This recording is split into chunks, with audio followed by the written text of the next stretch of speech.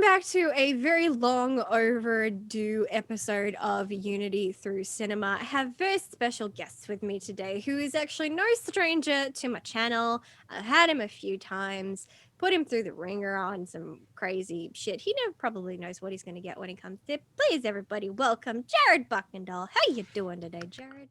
Woo! I'm doing well. Again, yes.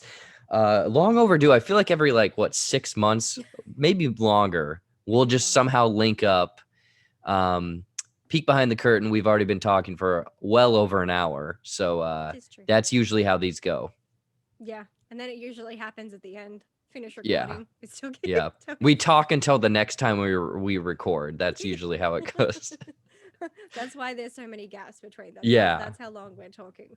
Yeah, I think the last time we did a reaction video or something, we jokingly said there should be an after show. Yeah. Probably should we. I should just immediately, whenever we talk, I should just immediately start recording Zoom. That's what I should be doing. You'd have to cut out a lot of stuff. I would be editing for days. Oh, yeah. Which is not so bad because there's some nuggets of gold that are not captured in those moments. Jared has been on my show. He has competed in movie trivia. He has been over on my Patreon and watched some crazy movies. We watched Sharktopus versus Whale Wolf, which we sure did. Quite the ride. That was and I've got to get you for another one. I'm currently going through the Man-Eater series, and oh boy, is it shit! Not as fun as what we watched. Is Man-Eater? Is that still sharks? It's each film is tackling a different animal or entity. Interesting. Yeah, I'm five films in, and so far the fifth one that was the only one that was decent. The rest were pretty shit. Yeah, I don't recommend them. I'd rather watch Sharktopus versus Whale Wolf on repeat. I'm telling you, that was a wild movie. It was, but today we're gonna I'm sure we're gonna have some crazy moments, but today we're gonna have a little bit of heart to heart, insert probably some natural insanity, as we do. You know, one of the things that Jared and I have in common, aside from being on YouTube, is that we actually kind of have similar taste in movies, in the sense that some of the films we love, everybody absolutely hates. Yeah. Get it together, people. These are gems. For example, Jared and I both love The League of Extraordinary Gentlemen. We sure do. Oh, such a good film. We never got a sequel though. We never got a sequel. Actually, there was a news article that came out recently, and they were working on a TV series in development. But then when Fox was sold to Disney, they scrapped it. So we could have finally gotten something out of the rubble that some people call. I think it's fantastic. It's maybe one day. Oh yes, there we go. Yes, play into the word. I think one day, the next decade, we'll get something from it. Yeah, but I wanted that cast, you know, and now we can't have Sean Connery because he's dead. Yeah.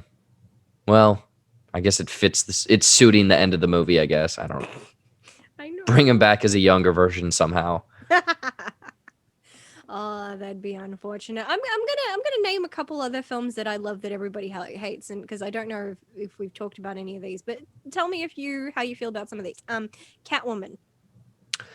I don't even think I've ever watched it all the way through. I've seen bits and pieces where I've seen one where there's a weird sexualized basketball scene. Isn't there another one where she's she's thrown out the window and then a bunch of cats revive her, give her CPR or something?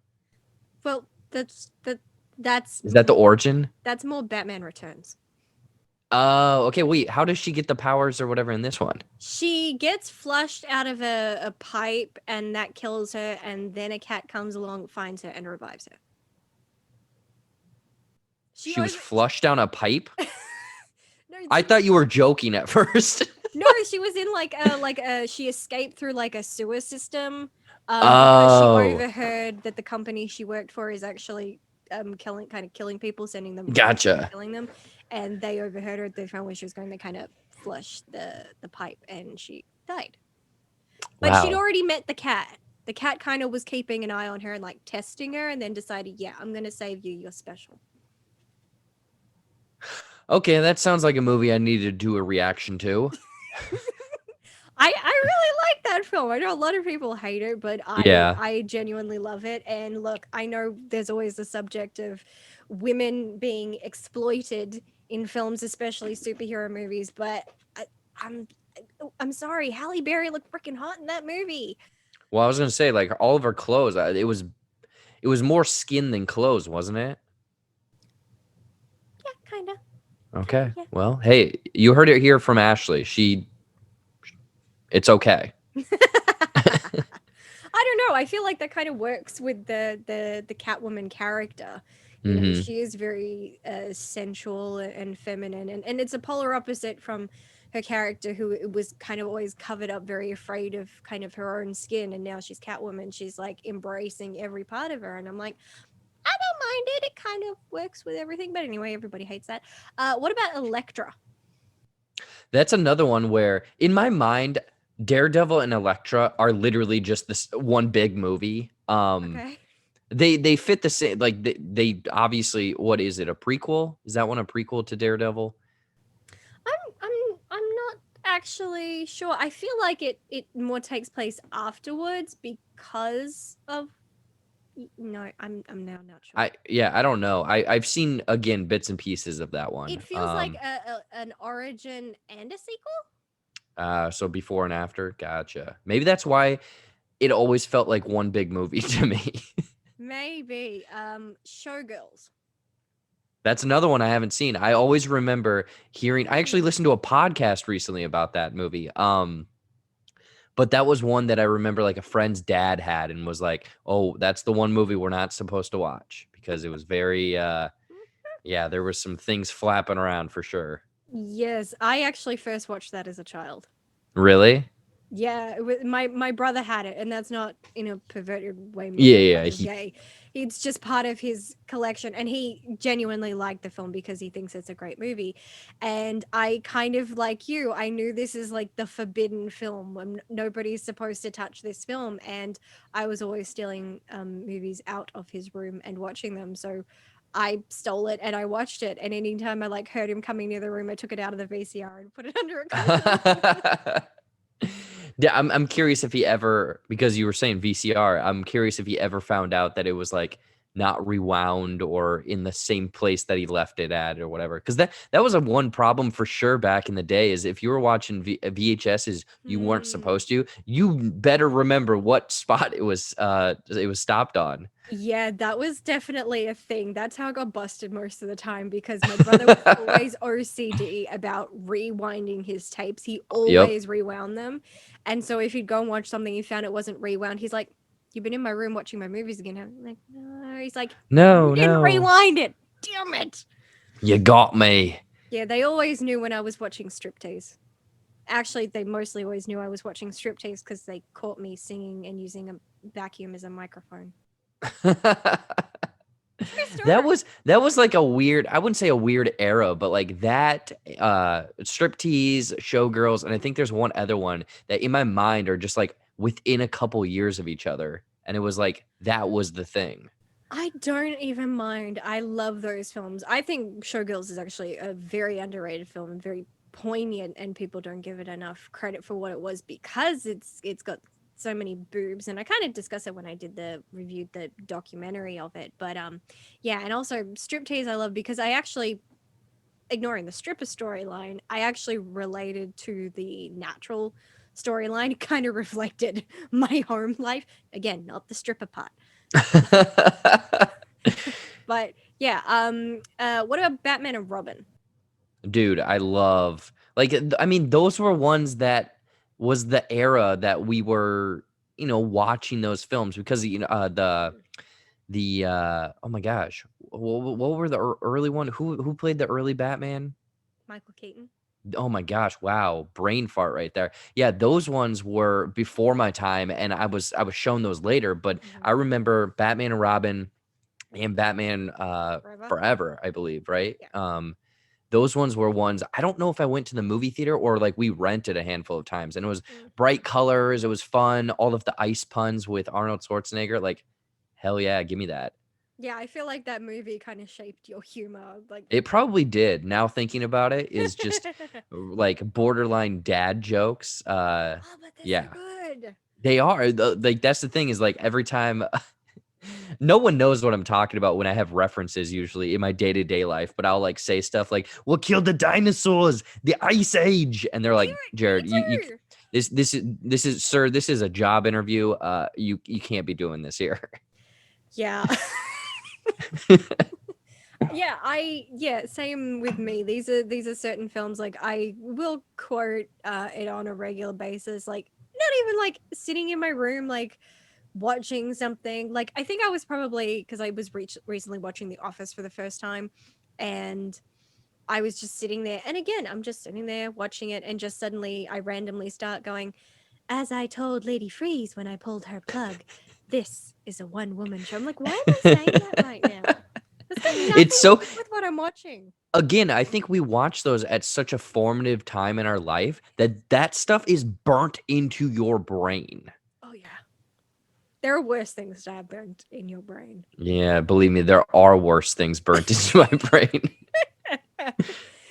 But yeah, I mean, aside from our interesting taste in some films, we basically like the crazier, the better, the campier, the better. Well, and that's a funny thing to kind of talk about because I know that, we're both in this review sphere and whatnot. Mhm. And you could on Twitter say Batman and Robin, I love that movie. And a bunch of people are saying, no, that's a bad movie. Well, maybe I know that it's not a good movie, but I love it because of either the nostalgia, the memories, or just that's the kind of movie I'm looking at that time. Yeah. So there is a weird, not a weird, there is a distinct difference between that's a good movie or like that's I guess fun movie, maybe.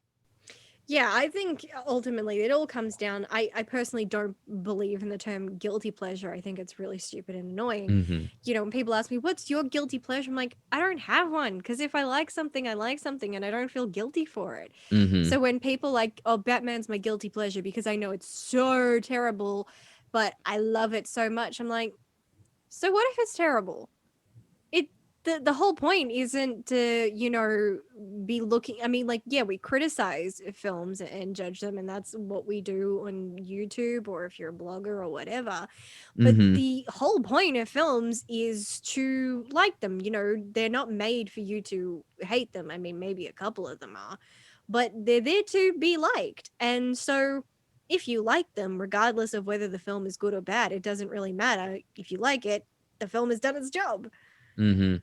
I think that term, because I know that we've had that conversation a handful of times, and you always say, "Oh, I don't consider it. I don't believe in a guilty pleasure or whatever." I think that term is almost like a product of a time where people maybe were, you would be more, I don't know, ashamed or made fun of certain things that you like. But now everything is just out there. Like, think about it.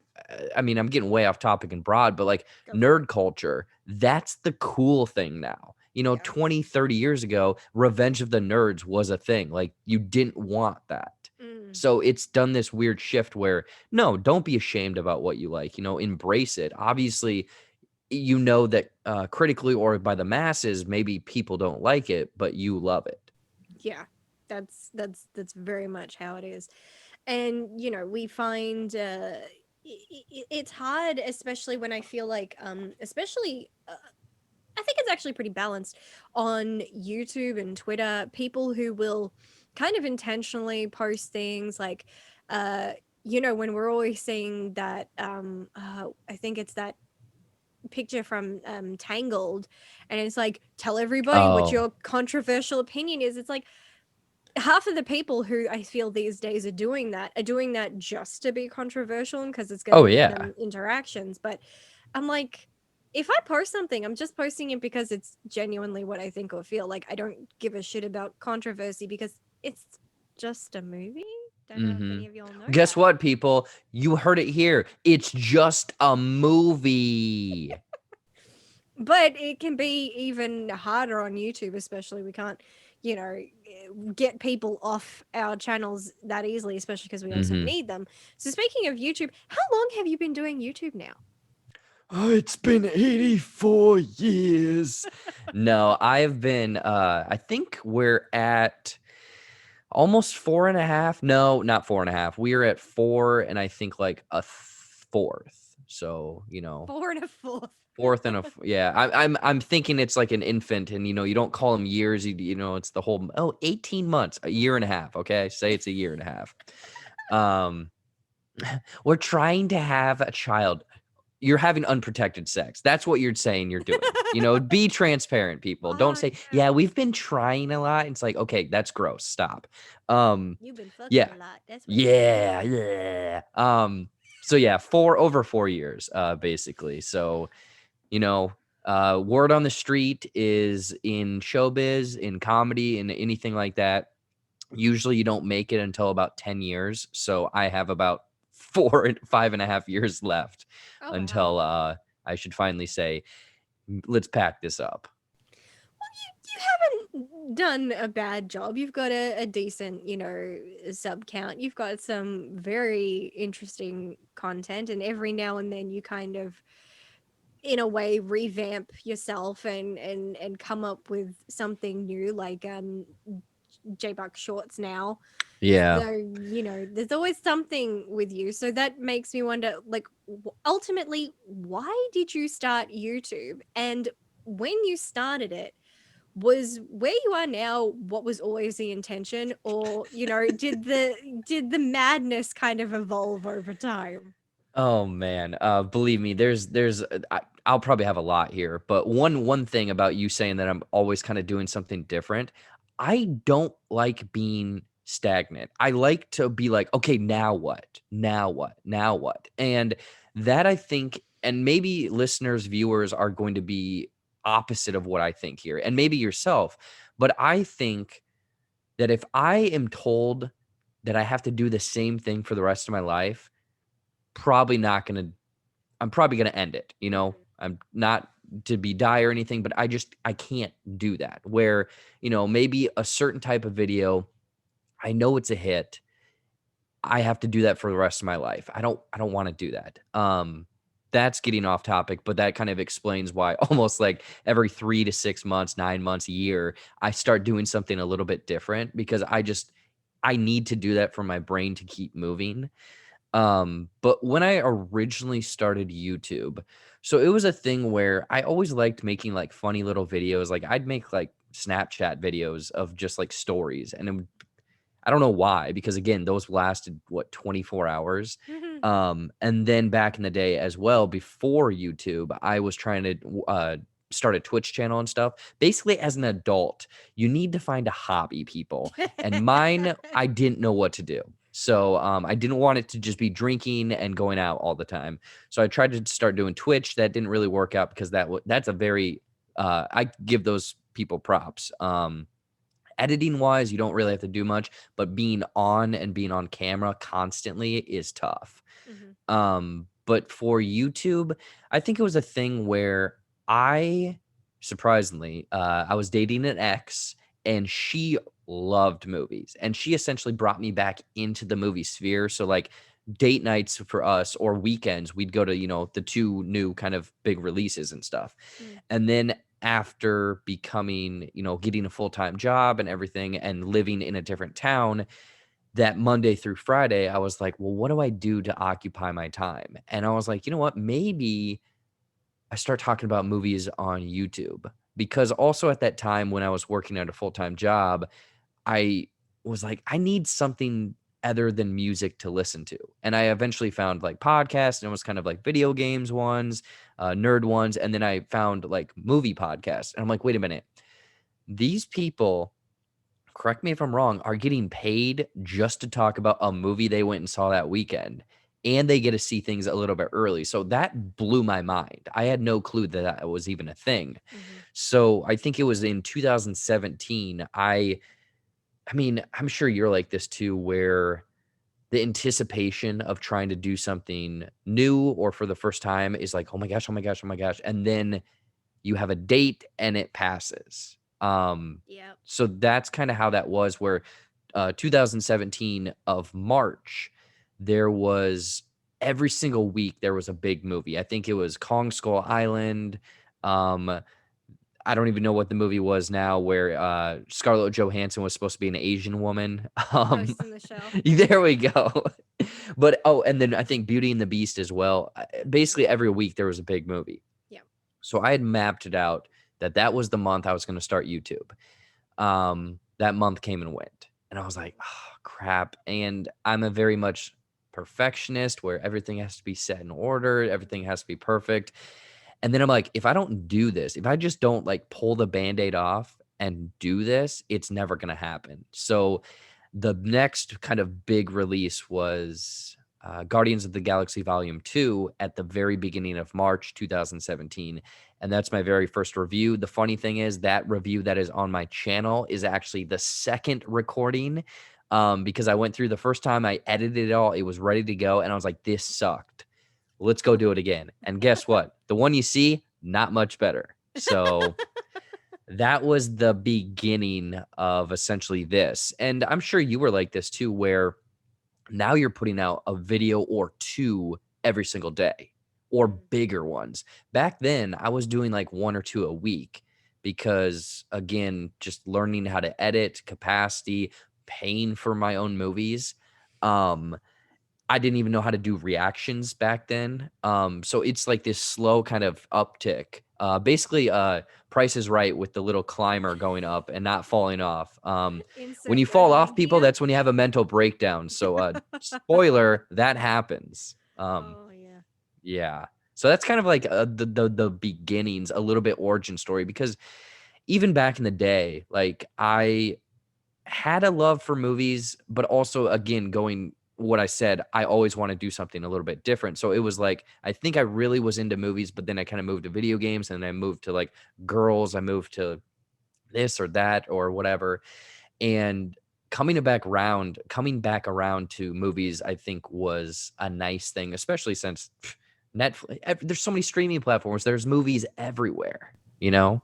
Yeah, we're pretty much drowning in movies. We got a small break last year thanks to a Mm-hmm. particular virus, and Yep. now The now Y2K virus. yeah. And now I find myself like I am like, yeah, I'll watch this and this and this, and there are films that I like plan to watch in January I still Yep. haven't watched, and yet I'm putting out stuff and I'm like I feel like I can't keep up, and it's very exhausting. It's very exhausting. And it's funny because you're saying that. I'm sure a lot of people listening to this feel the same way. Guess what? You're in control of your own schedule. Easier said than done. Because again, when you just said that, I'm like, oh crap, I have 4 movies I need to watch yesterday. Yeah, I mean, and if you're someone who is lucky enough to get screeners, whether they be like big budget time, big name screeners, or even if it's indie screeners, you still feel on a top of that, you feel a sense of obligation to watch and review that and get it out, when you're supposed to. And so that's added stress. So I've got a couple screeners that I haven't watched yet. And I'm like, oh, sorry. I'm like, well, I know I didn't have to watch them, but Yeah. I'm like, but these are like smaller films. So I kind of feel like I feel obligated to, because I feel like you Yep. need me, unless I'm Yep. going to hate Give you, in which case we'll see how I feel down Yeah, a here. little bit kind of underdogs with that one. Yeah, that's an interesting conundrum to be in, where either you reach out to them or they reached out to you, and it kind of feels like a little bit of like, oh yeah, like a pat on the back of Hmm. someone noted stranger in the world has found me and wants me to review their movie. But also, I've noticed recently, and maybe it's me, oh, I'm getting old, is time. You don't have infinite time. I wish I did, but like if you have 3 movies, you can only watch 2, you're gonna have to make a sacrifice, you know? Yeah, it's kind of almost getting to a point. If people are someone who are just like, they like films, they talk about films, but they don't like do it as a blog or YouTube, and at the most they just are posting on Letterbox, Mhm. then they don't have that. What I feel like we kind of end up getting is to why am I wheezing? I get This lost. interview is too intense. That's why. Also, I spit on my camera. Hopefully that doesn't show up. Yeah, there's just this big saliva stream. Yeah. Yeah, it's quite gross. It's like a scene from Van Wilder. Um, but where it gets to a point where we still love movies, but we kind of, because we have to, or feel that we have to review them, if this is the life we have chosen, we're kind of sacrificing enjoyment to a degree. If we're lucky enough and we sit down, even if we're reviewing so and it's like really good, it's like, yes, we get to review it and we got to love it. But Mm-hmm. if there's like not that kind of level of excitement with a film, then kind of doing the review, it feels like a job and a chore, because we didn't really get to sit down and just kind of enjoy it, because we're kind of analyzing it as we're going, which can take us away from some of the enjoyment. Like, I think that probably was something that hurt me recently watching Gunpowder Milkshake. Like, Mm-hmm. so excited for that film, and then I'm watching it the whole time, I'm like, and I don't like this, and I don't like this, and I don't like this. I'm like, oh well, that was a disappointment. I'm curious because that is an interesting thing, because you could go to a movie with a friend, a family member, they're experiencing it completely different. Obviously, everyone experiences everything differently, but you are breaking things down while also trying to enjoy it. I'm curious what your kind of process of watching movies are, because before what we're doing now, you would just sit back and be like, okay, this is it. And now you're constantly making notes, or are you a notepad person? I'm curious what your process is. I'm definitely not a notepad person, because Mm-hmm. if I'm doing that, I'm not looking at the screen. I look away for a second, I'm going to miss something. The only time I've taken notes, and it wasn't my intention, was I went in with my mom and my brother, and we went to go and see the Mummy reboot. And Ooh. within like 3 minutes, I was like, there was so much happening that I was like hating and having an issue with. I'm like, I'm gonna lose track of everything I don't like. Where's a Mm-hmm. pen? And I found a pen in my bag, and then I'm just like, oh, I don't have any paper. I'm like, but I do have an arm. Oh, yes. I was like jotting like there's a finger and a thumb. I was writing everything that I could down. And we got out of the film, and then my mom, my brother, they're like, that wasn't a great film, but it was okay. I'm like, what are you talking about? It was fucking trash. And they're like, what are you talking about? I'm like, here's my arm. My arm is the evidence of everything wrong with this film. And they're Mm-hmm. like, you were doing that through the whole film. I'm like, I Yes, needed I it. was. I needed Yes, it. I was. And that's the only time. Sometimes if a film is kind of like middle of the road and there's not much in there that's gonna keep me interested, I probably will find it a little hard to remember things. But I I have here's the weird thing. I have an absolutely terrible memory. I've even been to doctors about it, because I'm everybody says that thing, like, you go into a room and you forget why you went in there. I'm like that all the time about I everything. had that happen like before we started recording. Everybody has it, but Uh, I have it like to the extreme. yeah. So, I there's just so many things I forget, and my mom's like, write it down. I'm like, yeah, but I'm never gonna remember to look where it's written down. Mm-hmm. So that just doesn't work for me. But on the other hand, I have a mind for puzzles and problem solving.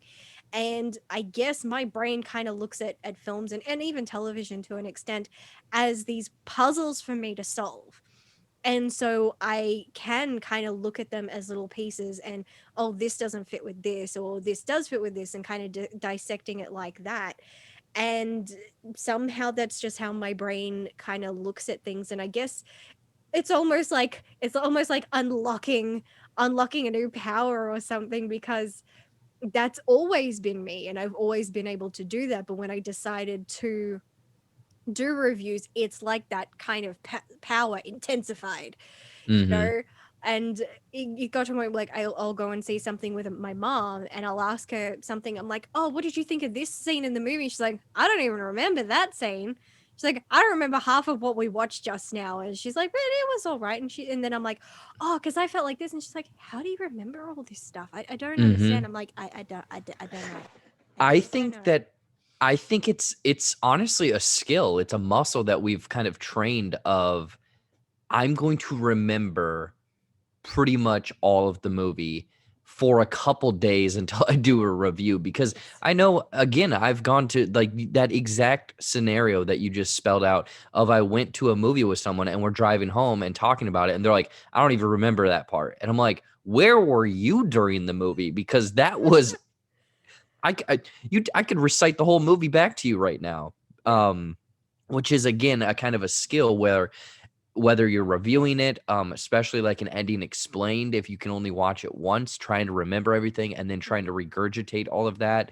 Um, yeah, that's an interesting thing from just, I mean, I'm sure that there's casual fans, casual movie fans that have the same kind of way of breaking movies down, thinking about stuff. But um, from beginning of the 4 years back when I started to now, I'm way better of remembering everything, but also like right when I walk out of the movie, I already kind of know kind of my talking points, which maybe I'm not enjoying the movie as I should. I'm Mhm. instead being like, I'm going to talk about that. I'm going to talk about that. That thing didn't work. And kind of your connection of Mhm. making connections. And I'm assuming, therefore, using that to talk about things later on. And here's something that I have sometimes happened, and I wonder if this happened with you when you're sitting down, whether it be at home or at the movies, you're watching the film, and as part of your brain is already thinking how you're going to review this. Has your brain ever at any point during the watching process thought about how you're going to edit the video? Because that has happened to me where I'm like, I want to do this little edit thing when I talk about this one moment. Oh, yeah. Um, I don't do as kind of elaborate jokes or intros as I used to, Hmm. because a peek behind the curtain, it wasn't time efficient. Right.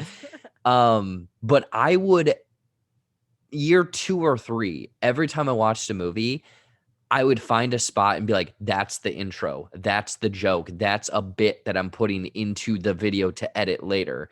Hmm. Maybe not as extensive as you of like, I'm going to edit it this way or do this little thing, but I was thinking of jokes which I'm like, was I missing parts of the movie critically to think more humorously to make a joke or a sketch or something? Uh yeah, so that's one it's so and I don't want to sit here and sound like, what we do is super tough, but like to watch a movie but also think about all these other things in the back of your mind Hmm. is a lot going on. Yeah. We've talked about how there are some people, like you, me, and a lot of other people who will go to a film, and when you're reviewing a film, you're breaking it down. You're not just looking at like, that was this is what happened, and this is what happened, and this is what happened in the next scene. It's more of how are they delivering the dialogue? What is the type of dialogue? What is the tone? What's the atmosphere? What's the cinematography like? How is the soundtrack? How is the score? Breaking in all those little things, and then if it's the type of film that maybe has some Easter eggs in it, like a freaking MCU movie, and then you're like, did I catch any of those?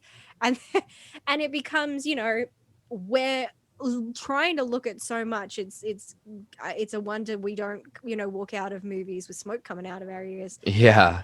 And then some of us go at things like that, and then there are other people, and I'm not naming names, and I'm not trying to pick at people, but I get a little frustrated and maybe even, no, not envious, just a little annoyed that I will dedicate so much time and put in so much thought into what I'm discussing, what I'm breaking down, because I want to look at the full body of work. And then there are some people who will just say get on camera, or even with their websites or blogs or whatever, just get down and just tell you dot point what happened in the film. They're not analyzing it, they're basically just giving you the Wikipedia page of the film, basically. Mhm. And that frustrates me because I'm like, well, that didn't take any work for anything. For all I know, you just took the Wikipedia page and you're just quoting it, you know? I think in that case, because to be honest, that happened with a big outlet for Black Widow recently. That's not a review. That's a recap. Yeah. And it was billed as a review. People were reading the review, and then about, I'm sure, a couple paragraphs in, they realized it was a recap.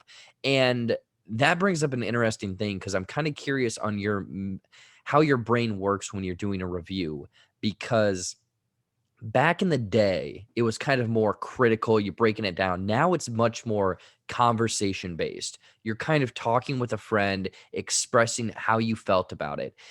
I am I like the conversation based, but I'm also a little bit more into kind of, well, the cinematography didn't work, or this worked, or Mhm. certain things like on the technical side. And it's kind of, where are you on the range of how your reviews are, or how you want your reviews to be? I think I'm kind of all over the shop. It's Yeah. it's always going to come down to the movie itself. Like when I watched a film, what was it? The Wind, I think, or was it just Wind? Anyway, that was a film where I watched it. I was pretty bored watching it, Mhm. and I wasn't enjoying really anything. And that was one of those times where I kind of had to detach my enjoyment part of myself and kind of just look at it just critically, like looking at what are the performances like, what's the script like, what are the effects like, and all that stuff. And so I was able to go, look, I didn't like or enjoy this film, but looking at it technically, it does everything right. There's really nothing for me to dislike. It's just personal taste ultimately that it's not for me.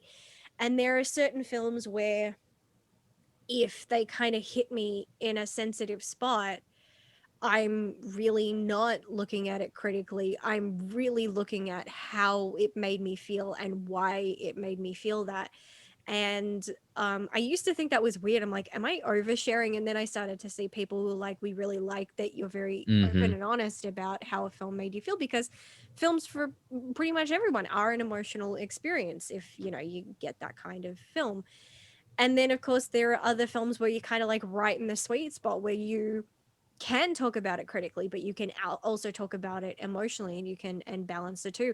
But yeah, it's for me, it's always going to come down to what was that film. Like if I'm going to start talking about Fantasy Island, that's just going to be a 20-minute video of me saying everything that sucked about it and why. Oh man, don't even remind me of that movie. Yeah, I think you nailed it there, where if I really liked the movie, I'm gushing about it. If it has certain elements of personal life, I try to kind of connect that. But I think the toughest thing for myself is if I get a middle of the road movie where it's just like, that was a movie, I don't know how to talk 6 minutes on Yes. that, because Mm-mm. I'm like, everything was fine.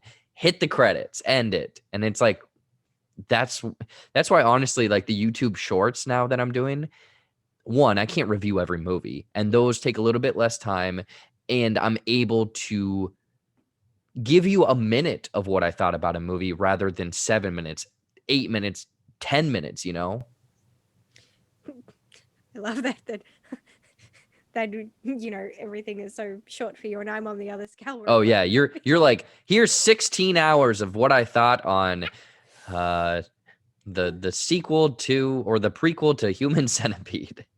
I can't help myself. This that again. That's how my brain just works with these things. But I Mhm. totally feel you. Like recently, what a couple of my most recent reviews were for Werewolves Within and, like I said, Gunpowder Milkshake, and Mhm. both of those I'm like, they're fine. They are okay films, and I'm like, where do I go from there? Werewolves Within was without a doubt the hardest. I'm like, don't hate it, don't love it. It's just okay. I'm like, what do I say? What I'm like struggling, and then even if I was to look back, I'm like, I'm pretty sure I was repeating myself in that review, and I don't like doing that. But it gets to a point where I'm like, I got nothing. I got no Mhm. juice. Do My you mojo is gone. Oh, yeah, oh man, that's the biggest thing, is when you're on screen, because again, I don't know how you prep. Either you write stuff down, or Mhm. kind of bullet point, or just say, screw it, let's do this live. Um, when I'm in the editing portion of it, and I notice that I literally said the same thing 3 times, I feel like borderline a failure, where it's like, You know, you could not like that bad, but each review is completely different where, you know, I've been doing it for X amount of years. Oh, they should all be great. No, guess what? Like last week I did a review and I'm like, I hated this one. The next day I did a review and I'm like, this is one of my best reviews ever. So it's like, Hmm. you know, it's days at work too, I'm assuming, where it's like, oh, I had a really good day, I had a really bad day. Yeah, I've had it too. I think I at one point I did have someone comment and they said that they thought that I was lacking energy in this video. They weren't even a subscriber. That was like the first thing they'd ever clicked on. And they're like, I don't feel like you explained this or this. I'm like, because that didn't need explanation. It was Hmm. very straightforward. So I may as well be just telling you everything that happened in the film at that point. And not even like here's what happened, but here's what it means. You know, that's like I'm more that person. Like I will break down like the the backing point of the story. Like why was this done? Why was this done? Or that was Hmm. done, but what's wrong with it? And this one's like, you didn't mention this. I'm like, it was in the trailer. Everybody knows about it. I don't have to say Yeah. shit about that. That's just wasting my time. And it's also a relevant point of the film.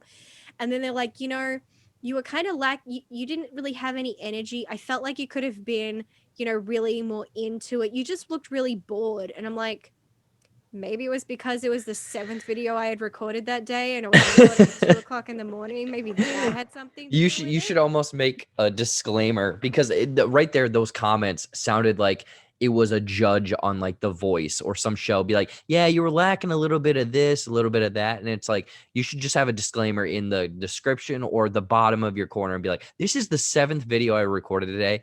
I want to die. Yeah, not to mention I get to a point where I there's so many things I have to cut out where I'm coughing so much because I've started to lose my voice from, you know, Oh yeah. talking for 4 hours on end to just the ether. And it's just like that's the part that a lot of people don't really think. They're just like, oh, is this just how you are all the time? It's like, no, this is how I am when I'm slaving away trying to put content on my channel. I will sacrifice sleep and I will sacrifice my lungs and my vocal cords. And yeah. And I'm like, or maybe, you know what? Maybe I was sick. Maybe I had a bad week. Like, don't judge me off one video. I've got like Oh yeah. 500 others. And what you brought up is an interesting thing of spoiler people. We are doing this out of our love, hobby, Hmm. and we want this to potentially be a thing. So if you are jumping in here and potentially criticizing us, again, constructive criticism. Yeah. But if you're saying that, you know, you did this wrong or you did that, we're doing this out of our own free time. Spoiler, we don't make that much money, if any. Hmm. So please be nice. Pretty please. Yeah, Yeah. I had one person, I don't remember them. I think I eventually had to block them because the only time they commented was to say something negative. And I think they felt like they were being, you know, constructive. And I'm like, no, you're kind of just being a douchebag. Like, Hmm. like I posted my review of Thunder Force, and I absolutely love that film. And they're just like, I don't know if you genuinely mean what you're saying or if you're just trying to like troll people. I'm like, why would I have wasted all my time and energy making this video if it was a load of shit? Like, Well, you're a I don't got Netflix that time and shill. You know, don't you realize you're a shill? You're getting paid. How's that corporate check, you shill? still waiting on it. Still Yeah, exactly. It's like, hey, if you let me know where it's at because I would desperately need that. it's in the same place with the other check that I get paid for being an Argentinian playing an Australian because Australia doesn't Oh, exist. We're not real. that's true. I did read watched an extensive YouTube video on that. Yep. You are fake. Yep. Still true. Yep. Sorry. Sorry to break it to you. We're all Argentinian. Australia's not real. Well, But my life's a lie. yeah, and then they decided to basically review my video, which was weird. It's like I'm reviewing a review. It was like a really weird little cycle thing, and it probably fried a few neurons in my brain because they were saying, you know, this was good and the editing is okay, but I think you could have done it better. And I really didn't like the I didn't like the blue background. That was really weird. I'm like, blue what? I'm What are like, you talking about? you mean the poster of the movie that's my backdrop? Like, I can't change what the movie poster is. They made it, not me. I'm like, but yeah, it's gonna be my background because that's the freaking film I'm talking about, and that's just how I do what I do. Nope. But You got to take that poster, put it into Photoshop, put a hue on it, change it so now it's a pink poster. Yeah. see, they don't tell you this in YouTube school. Nope. See? You got to go to YouTube school. How much Graduate. does that cost? I mean, there are actually like classes and stuff that, or I don't know. I mean, there's a lot of people out there that are, doing their hustle, saying how to do it. Yeah, you can pay a couple $1,000s to learn how to do YouTube, I guess. You know what? I've looked at those videos. I've tried to take the tips, and they still didn't work. So I think that they are as big a scam as the rest of YouTube. And again, maybe someone watching this has a different opinion, but I think that you can learn anything for free if you do enough work and whatnot. And with you doing it for X amount of years, myself, you do a lot of research, you dig into other people's analytics, you check out tags, you see what thumbnails work and whatnot. Like, if anything, we should be selling a course. Straight up. Is true. I mean, guaranteed. Like, even if you're bigger than I am, but there is still like people who are even smaller than us, and sometimes I'll offer advice, and I have to people who were a bit small, and they're like, "What can I do?" And I'm like, "Well, your thumbnail is just a screenshot of you, like in your living room. That's not very interesting. Jazz it up a bit, get interesting." And it's like, do you have to? No. Does it help? Yeah, actually, it does, because you want something that's eye catching. And so we still have, I think, something to offer. It's not like we're gonna say we cracked the code. No, we haven't gotten there just yet. If we One did, day. One day. if we did, we would be up to at minimum 100K subscribers, and would be a lot happier and a little stress free. Yeah, because those corporate checks would be coming in. Money, money, money, money. One thing I want to ask, and Nope. Next question. honestly, if you don't want to answer this question, I'm kidding. I'm I kidding. will genuinely edit this out. But you, among our little circle of film fans, film Twitter, as it is called. Film Twitter hashtag babe. I'm genuinely getting over that name. I actually have it muted now. What, babe, or film Twitter? Both. No. Okay, Twitter. yeah. Film Twitter. And kind of like everybody kind of has a personality. I think for the most part, most of us are all very genuine people, but we kind of have little quirks that we're all known for. You are definitely known for humor and jokes and just being a filthy, dirty boy. Ooh, yeah. Tell me how dirty I am. I did shower today, so that's a plus. Thank God, because if they ever come up with smell-o-vision, we're all screwed. But just right, I'm not even. My brain just went. Though. Yeah. Oh yeah. Those and the markers that were like, oh, that's a watermelon one. Which now I'm starting to think, did that maybe ruin our brain cells back in the day? We did sniff a lot of chemicals as children. Yeah. Yeah. Huh. And I also ate a lot of paper and sometimes glue. Ooh, yum. Together? It sounds like a delicious salad. No, separate. You gotta have your appetizer, then your entree. Gotcha. I thought that the paste would maybe soften up the paper a little bit, but then you're making paper mache, and that's just a problem. I don't know. Maybe you have to try this. Grab some glue and paper, and we'll see what kind of a meal I can get out of that. What are the nutrients? How many calories? More importantly, I'm on a diet. I need to check the calories. It's vegetarian. It comes from a tree. Yeah, but what's in the glue? flour and water, That's and a few other things. you Oh, know horse hooves. Oh, so yeah, that's meat, isn't it? that's gelatin. Oh yeah, you're right. Wait, I'm what? Wait, no, I thought that was glue. Wait, that's Jello. Wait, no, they do often say horses are going to the glue factory, so there's probably a bit of Yeah, horse but in it. also there's something that goes in Jello too. What's that? Yeah, that's meant to be cow's hooves. Oh, That's okay. that's So I think that's the gelatin, yeah, which I think is made from cow's hooves. okay, yeah, we got to I distinct between the hooves. I'm a cruel person. I got a lot of pleasure the day I told that to a vegetarian.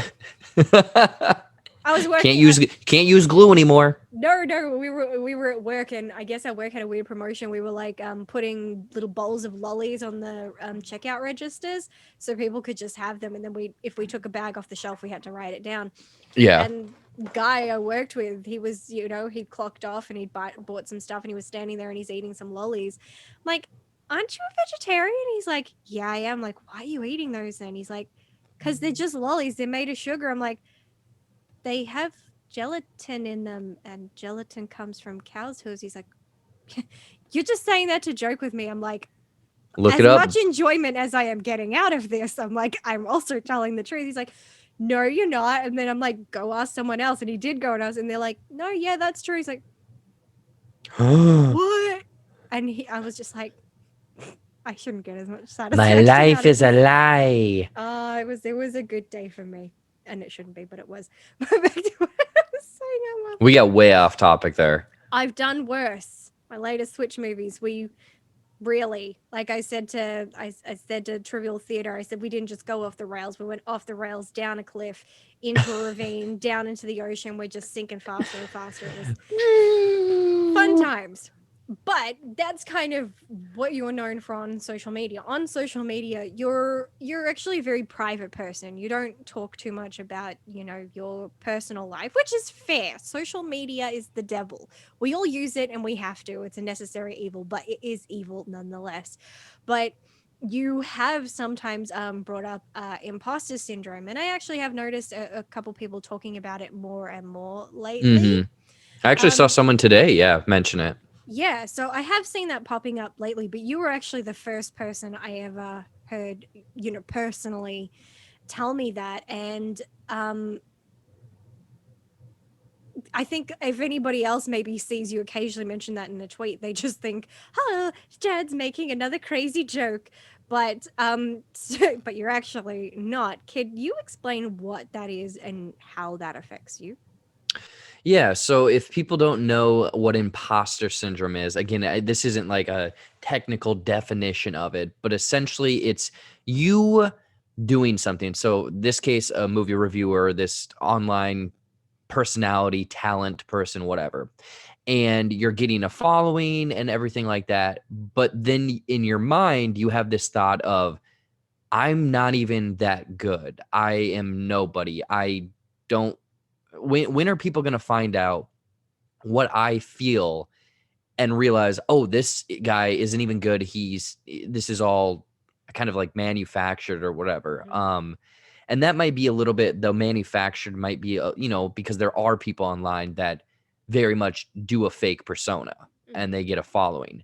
I do like to be very much genuine. I also am, like you said, a very personal person, but it's this idea of, especially yesterday, it hit me really hard where I woke up, did not want to get out of bed, been like, do I just pack this up? There's no point. No one even cares about my videos and stuff like that.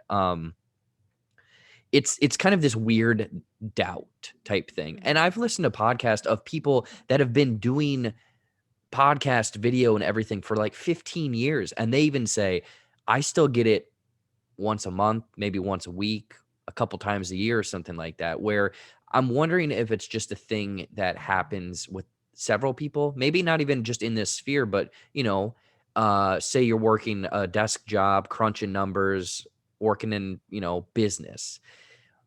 Are you just like, I don't know anything? All these people think I'm the super smart person and I don't know anything. When are they going to find out that I don't know anything and then I'm going to be fired? That's kind of how I'm going to be honest. That's how I feel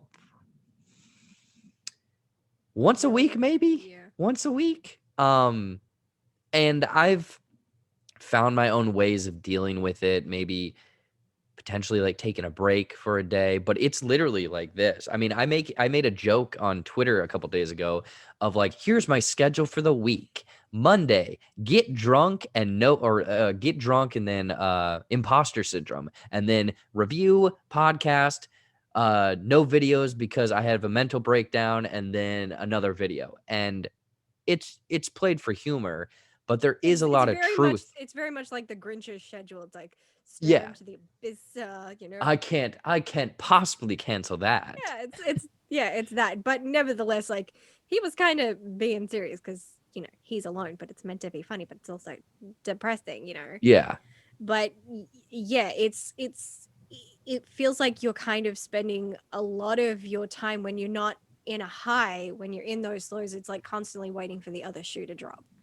Yeah. It's also a weird mixture, and I'm curious to kind of hear your opinion on all of this. But I always call it post-creative depression, Okay. where if I make a really kind of labor-intensive video, because you were saying earlier how you do videos that maybe take a month of research. Yes. If you're doing a video that big, that's like your baby, that's your thing, and then you put it out there, and then you're kind of like, well, now what?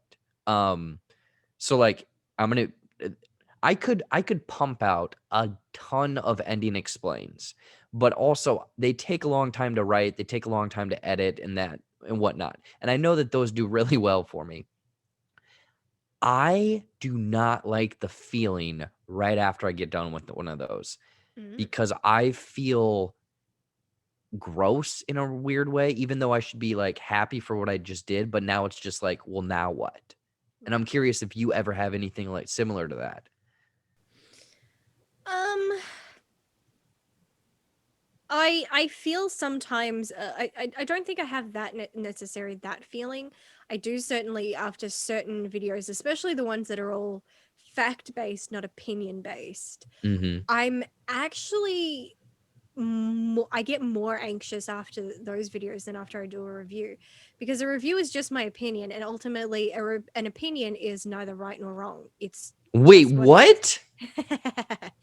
is. Naturally, I'm like I'm waiting for that moment where someone's gonna be like, "You're wrong, is it?" And I'm like, but I know opinions are not right or wrong. It's just an Mhm. opinion. If I like it, I like it. And I'm like, it was a dumb film. Like, that's your opinion, and I don't agree because I liked it. I'm like, but Yeah. I'm not saying that you had to, You're but not wrong, you're not right. yeah. But when it comes to things like whether I'm doing like story behind, or when I did my video talking about rape revenge films, or my recent video talking about The Exorcist, that involves actual research. That involves me going into the depths of the internet and getting actual footage and looking for actual quotes and making sure that I'm not getting them from some dodgy website that doesn't have its facts together, which Mhm. there are a lot out there. So you got to be really diligent, otherwise you're just spreading false information. But after I get those, I'm so terrified when I post them, because I'm like, am I immediately going to get someone saying, well, that's not true, that's not Mhm. true, that didn't happen? And that's going to hit me harder, because then it makes me feel like I'm not professional. I didn't actually do the work. I didn't take the time. It's like, I did. I spent weeks on it. Yeah. I swear to God, I did. And that part does make me very, very anxious. But most of the time, I don't do those videos as much, even though they're the ones I love the most.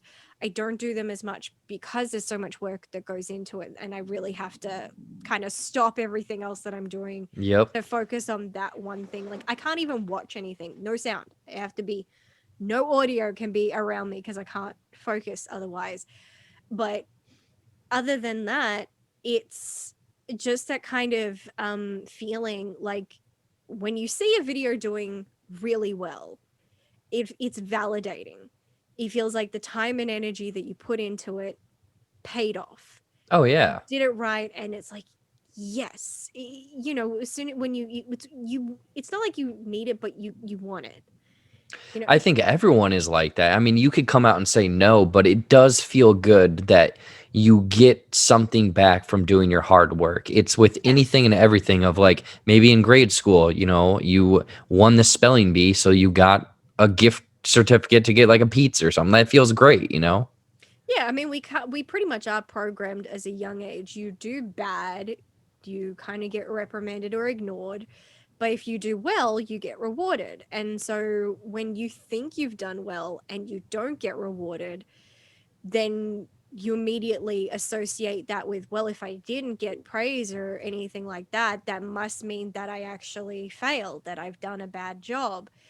And it's really hard to get out of that mindset, especially when, and we were just talking about this earlier, how you can make a video. Like my two best examples are my One Piece video, which in terms of a small user is basically a viral video. Oh yeah, that's a huge video. Yeah, it has it has over 800,000 views, and yet I can make a video on a similar topic, not the same but similar, and I can use almost the exact same tags, and yet that video only has 300 views. And so I'm like, well, what did I do wrong? Why did one do well and one didn't?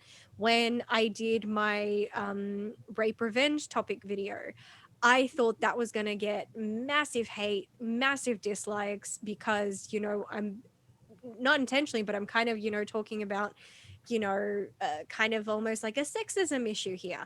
And I'm like, ooh, like, so you can't talk about that on the internet. That's Hmm. triggering for certain people. So I was, Otherwise, if you are, you're definitely opening up the floodgates for a lot of opinions and potential hate. yeah, and that's what I was expecting. But it's now just hit 2,000 views, and it mostly has it like only has like one dislike, and I haven't had any negative comments on it. Now that I've said that, that's probably gonna change. Yeah. Woo! Yeah. And yet I'm like, wow, I didn't expect that to do well. And then it did. And then I did another topic based video, which I talked about, very serious things that happened on set, and how the PR people conducted themselves with The Exorcist, that is still relevant today. And yet that one is like, that that got me like nothing. And I'm just like, and both of these things are like things that, even with the One Piece one, is like things you dedicated so much time and energy to. You wanted it to be perfect. You're like, yes. My massage therapist reacts videos, that was trying to me combining my two passions: one, massage therapy, where I'm trained, and film, which I Hmm. love, and I've watched enough. I'm basically a professional, aren't we all? And the first video I did, I'm like 6,000 views. Wow, that did well. Did another one, barely even a blip. And it's like, what am I doing wrong? What am I doing right? And the problem is, you're never going to get the answer. You can go and watch those tutorial videos on YouTube that are going to offer you tips, and you can take them, but ultimately it's just comes down to luck. And Yeah. relying on luck sucks, because you have no power over that whatever. Hmm. Which again, if anyone's watching that's maybe getting into this realm, not as much experience as the two of us, Run while you still can. run for sure, or have enough mental capacity, thick skin, Mm-hmm. and the willingness to just keep going. Because that's one thing that I think a lot of these, again, we jokingly said we could sell a course. Yeah. They don't express that luck is a thing where it's time, place, person of, did you post that video at the right time? And I'm not saying like, oh, you need to post it at 12 noon Australian time. No. Was it literally like the right time in the world Mm-hmm. of, I mean, you say you post a video on Monday instead of Tuesday, that Tuesday one could have exploded, but you picked Monday, but you'll never know. And there's no metric that tells you. Um, and it's just getting it in front of the right people. So it is kind of this weird borderline insanity thing of you right there expressing you're doing very similar videos, putting the same amount of time in. Mm-hmm. And I guess not insanity, because you would be getting the same result hoping for something different, but Mm-hmm. it is mind boggling when you do something very similar and get completely drastic different results. Yeah, that's one of the things, that if you do rely on looking at all those tutorials that are teaching you like how to, work the algorithm to your favor, one of the things that you're never going to see really these YouTube created, like people who actually work for YouTube, one of the things you're never really going to see them do is them telling you about the emotional toll that YouTube takes. And it does. Even if it's just your hobby, YouTube is mentally and emotionally taxing because Worst relationship I've ever been in. it's an abusive relationship, Yeah. very toxic.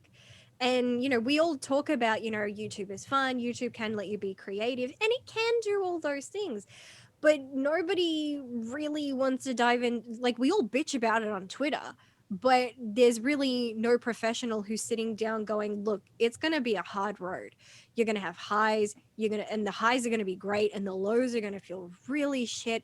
You have to combat and deal with, you don't want to, like you said, we want to say the numbers don't matter, but if you're doing this and you want it to do well, the numbers do matter, and we do have to pay attention to them, and that sucks, living your life based on numbers. It's the same as weight loss and calorie counting and all that shit. It's why most of the time it doesn't work, because you're focusing on numbers and you're not actually taking any enjoyment of that.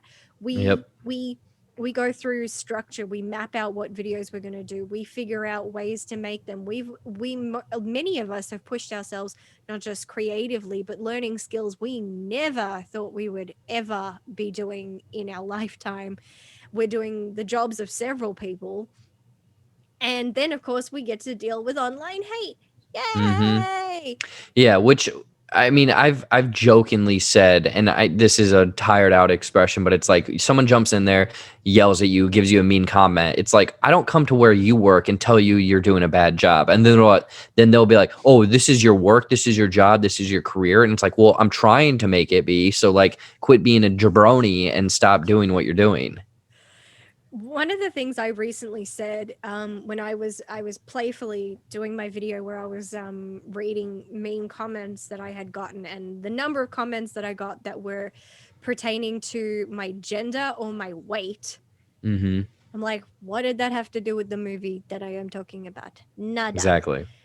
And the one thing that I addressed, if anybody paid attention and got to the end of that video, I know it was a lengthy one, but one of the things that, and I've said this before on Twitter, I'm like, one thing that I think people need to stop doing when it comes to like online hate, stop putting the onus on the person getting the hate. Anytime you say, this person said this horrible thing, like, you're a C word and I hope you die, and I will rape you, I will kill you, I will do all this stuff.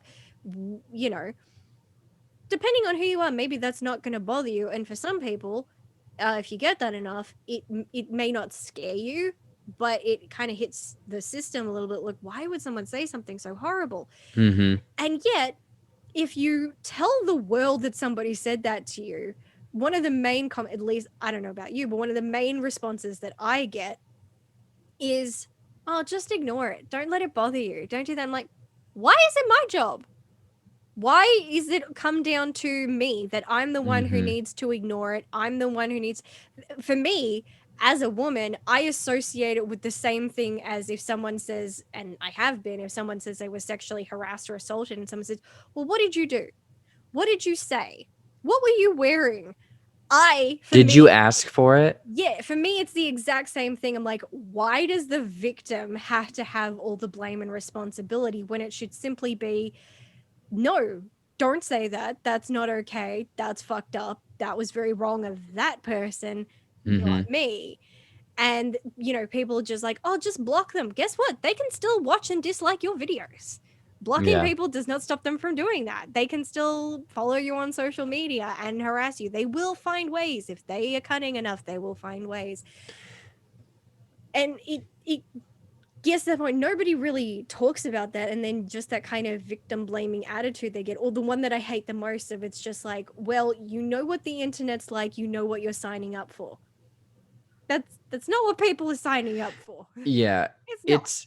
It's so frustrating because yeah, like I would say year 1 and 2 for myself, those comments really stung. They felt bad, ruined my day.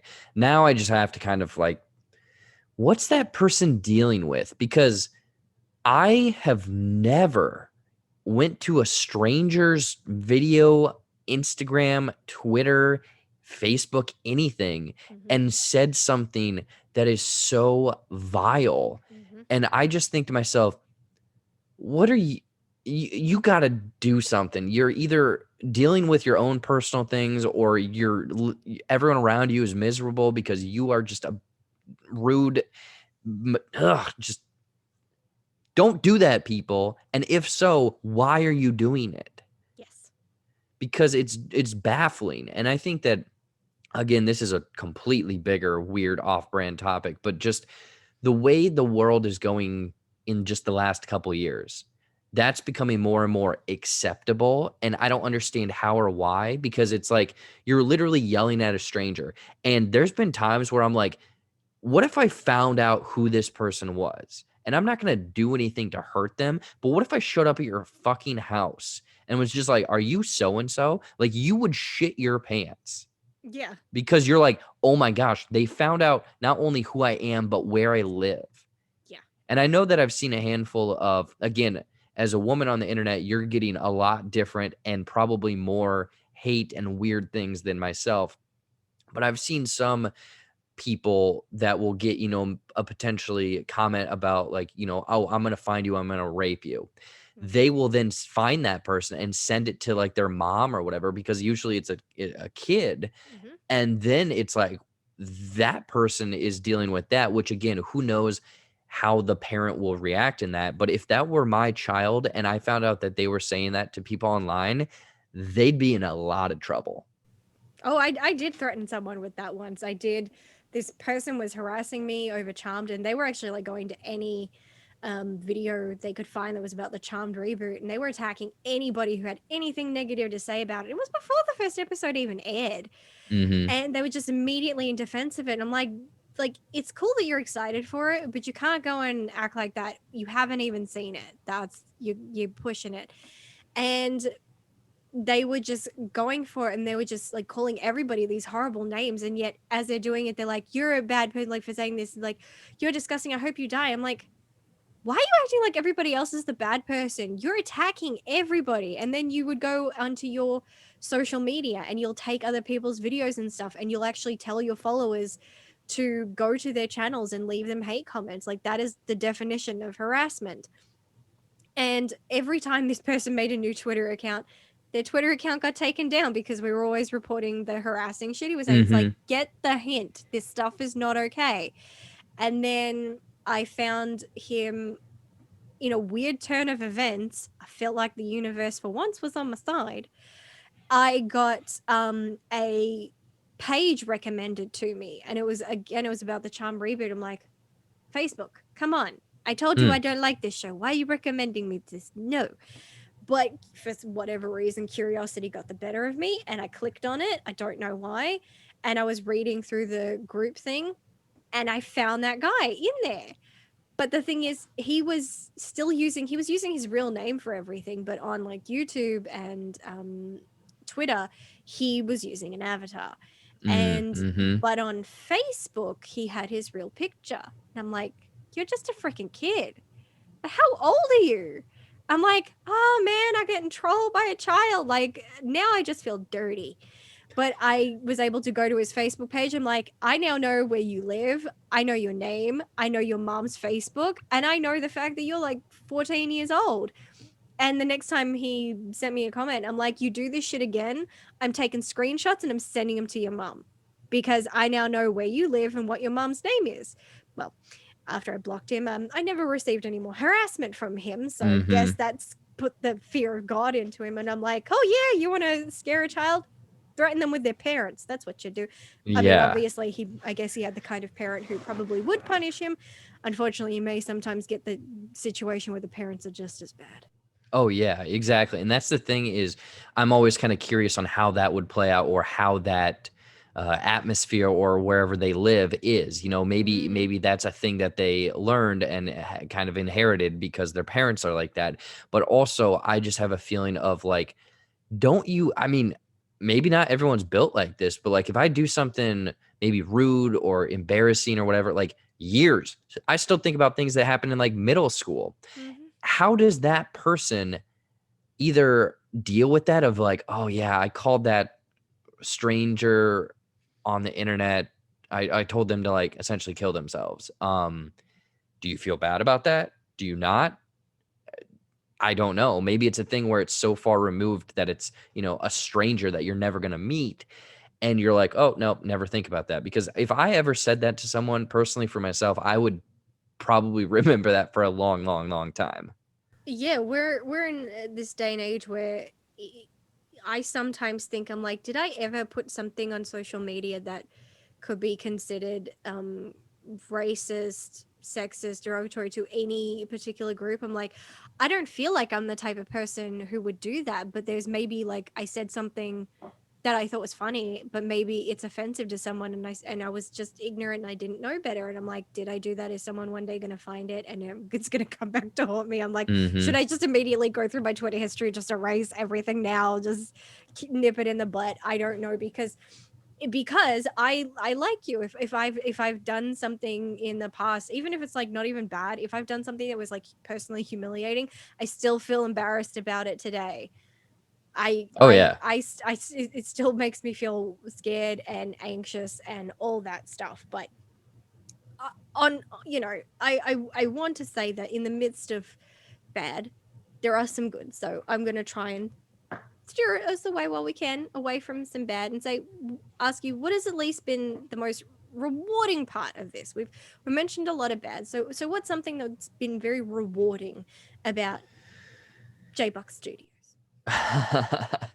I think the biggest thing is just kind of exploring my creativity a little bit more because a lot of adults as you get older you lose apparently that portion of you, and I think that it was maybe dormant for a while, but now it's like full force where it's all these crazy cool things I want to do, or even just sitting here talking to someone that's half the world away from me, that would never have happened, which is crazy.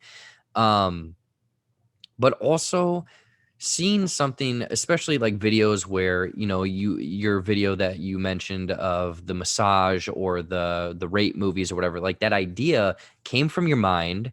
You wrote it up, structured it, edited it. Like you create this thing that is just from you, like poof, and then people check it out and kind of give you praise where it's not, that whole I'm thriving on praise, but it's this insane thing of you made this from nothing and now it's a thing. That Um, recognition. yeah, which is crazy because there's been, a review is a review. But there's other videos that I've done personally that I'm like, wow, I would have never, you tell me 5 years ago that I would be able to do this. Mhm. Um, is crazy. And especially like you mentioned earlier about learning skills, like, spoiler, I didn't know how to edit. I didn't know how to Photoshop. I didn't know how to do any of that. I had to teach myself. And I know a lot of people out there have done the same thing, but it's pretty crazy to think about because people get paid lots of money to do that for companies. And I find it baffling. So, Mm. if and when this doesn't work out, at least I might be an attractive candidate for a job. So I don't know. I think the biggest thing is just kind of the creativity and whatnot. A lot of things, doing some weird projects, like again, jumping on your game show was interesting. Doing a trailer with a sock puppet monkey was interesting. Like there's been a lot of just weird things that I've been able to kind of do through this platform and what I've been doing for the, last 4 years. Yeah, I feel like there's a lot of that. I mean, I'm pretty sure like not even like just 10 years ago, but even 5 years ago would have gone like, what? I'm doing film festivals now? Oh yeah. Like, Never, never, never thought I'd be able to somehow say, "Oh yeah, this film festival said I can go watch their films." That's stupid. I know, like, why not? What? Like, I mean, Yeah. I haven't had the luxury of that experience yet, but I get the same feeling like when somebody reaches out and like it's a director and it's like, "Hi, will you review my film?" Like, what? Yeah, What? it's like, I'm "What? like, but You know me?" yeah, and like it's like not even like somebody who's a complete. I'm like, oh no, they've actually won awards at other film festivals and they've had stuff do well. I'm like, oh, and they had actually something nominated for an Oscar. What world am I Mhm. living in? Yeah. Like this is a very strange to Well, and me. also it's different from person to person. I mean, just between the two of us, where like you've interviewed filmmakers and other people in the industry and whatnot, and I think I maybe could, but I don't know if that's the way I want to go. I want to create things, so it's this thing where I think we all kind of start in one place Mhm. and then slowly find like who our people are, maybe the style or the way we want to move about and whatnot, which is interesting because yeah, I do get, I mean, social media, everything, you see the best parts of everyone's lives. And I'm sure it happens to a lot of people, but you'll maybe see someone get an opportunity and then be like, "Oh, I'm so envious of that." Mhm. But then I'll step back and be like, "Well, that's not actually where I want to go." Like people will maybe, get an interview with somebody and I'm like, "Holy crap, that's amazing." But why them? But then I'm like, well, I don't even want that. It's kind of like the whole I want what they have. Mhm. But then when you actually step back and think about it, it's like, well, do I really? I mean, if it's pizza, definitely give me some pizza. I feel like sometimes it comes down to it's you just want to have that option. You like having Yeah. the doors open to you. And when they're not, it's a really sucky feeling. And like that's been me with screeners who it's been like 2 years now and I am still trying to get through that door, but someone's barricaded it and probably put like fucking elephant glue around the hinges or some Yep. shit. And Those elephant hooves. and it gets that thing where I don't even know how to crack it. And then I stumbled upon like, in this struggle for something that I genuinely want to do, it kind of, instead of bearing fruit, it kind of ended up showing me some snakes in the garden. And it got to a point like there was one person one person who I reached out and I knew that they'd gotten a screener for Mortal Kombat. Now guaranteed they only saw it a day before me, but I'm like, that's an extra day and on YouTube that can mean a lot. Yeah. Yeah. And so Timing is everything, people. yeah, and so I didn't actually directly like being like, oh, what's the hookup and all this stuff. I just like casually said, I'm like, how did you do that? Because you're in Melbourne, I'm in Melbourne. I'm trying to figure out how do I get this in my city too. And then they actually messaged me and they started asking me all these questions, and I'm like, and they're like, oh, who was your rep for Universal? I'm like, I don't have a rep for Universal. Yeah. I'm like, they're like, yeah, no, but who was? I'm like, you're not listening to me. I know have one. It's like, yeah, but Was it who a did you speak to? I'm like, I didn't. I'm like, nobody's talking to me. Nobody's replying to anything. They're like, well, if you can tell me who you spoke to, then maybe I can help because I'm not allowed to say who I spoke to. I'm like, that sounds like a load of BS right there. Their yeah. reps, their job is literally to talk to To people. yeah. They're not meant to be anonymous because it's their fucking job. And it just felt like everything was like an attempt to make it look like he was helping, but it was gatekeeping. Like he genuinely didn't want to share that information with me. And that Yep. made me want to punch him in the face. And I've had a lot of people do that to me, guaranteed it's mostly guys. And I'm just like, Screw you why? guys. Why are you so protective of this? Like you're Yeah. the only person who has access to this when you're genuinely not. Sharing it with one extra person is not going to hurt you. But it's like a pack of lions fighting over a piece of meat. Except it's movie lovers fighting over fucking screeners, and it's cutthroat. It is a cutthroat business, and it It is is. it is scary. But I completely understand, and I'm so much like you on so many levels. I have a lot of the same insecurities. I have a lot of the same. I am so the same when it comes to what content I make, where I have so many different types of things on my channel because I hate the idea of doing the same thing on repeat. I'm gonna get bored and I'm gonna get sick of it and I'm just not Mhm. gonna do it anymore. And so I'm constantly coming up with new things. Like if I take a break, I'm like, oh, cool, I'll do another story behind, or maybe an idea will come to my mind. I'll do a topic video, or I'm like, yeah, I guess I'll do a ranking or something, or top, and like constantly popping it out. And now I'm doing Stab in the Dark Cinema, which again, like I tweeted, like you just said this, and I literally tweeted the other day. I'm like, I have no idea where this concept came from. Where? It just Yeah. popped into my head one day. I'm like, but where did it come from? Which is so cool though. you here you go. I know. And I'm like, I don't know what it is. And I'm just like, I'm like, it's not, something I personally know that it's something that would only gain traction if I was a big channel, because it's a completely unique concept that it's not something that anybody's going to search for because they don't Mhm. know it exists. So I know that's the downside of the creative part. But on the other hand, as I so badly want it to do well, but at the other end of it, I'm like, but I'm so freaking proud that I created it and that it exists. Mhm. And then for that reason, I'm like, that's why I want more people to watch it. Yeah.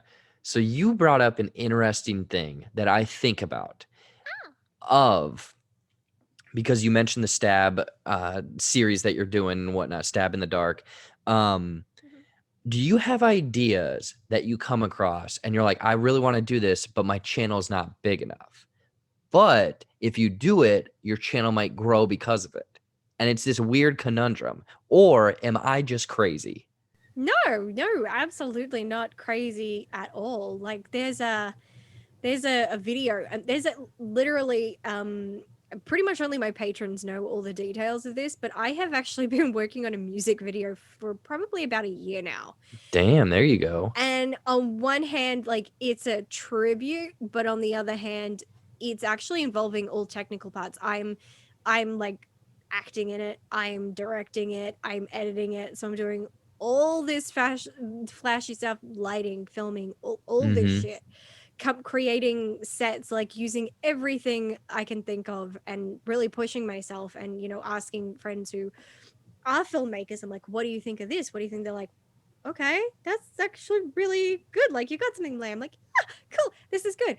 And I know that the only thing that's stopping me from actually finishing it, it's just one character I've got left to film, is the weather. Literally, that's the only thing Mm. in my way, is the weather, because I can't go and I know where I want to film, how I want to film it, and I have to do it at nighttime, but it gets extra cold at nighttime and I don't want to die. So I'm like, recording, death, it's a tough Sometimes one. you gotta risk it.